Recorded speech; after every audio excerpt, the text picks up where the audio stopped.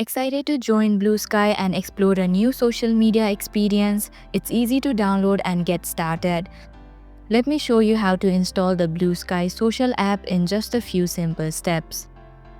Hello everyone, welcome to Tech My Life. In this video, I'll be showing you how to download BlueSky social app. So without any further ado, let's get started. First, open the Google Play Store app. Here, tap on the search bar at the top and type in BlueSky Social.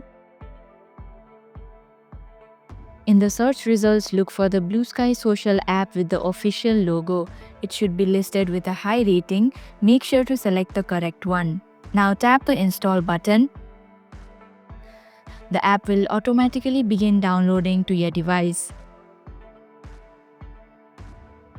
After the app is installed, simply tap Open to launch BlueSky Social. You're now ready to explore BlueSky Social and connect with people in a new way.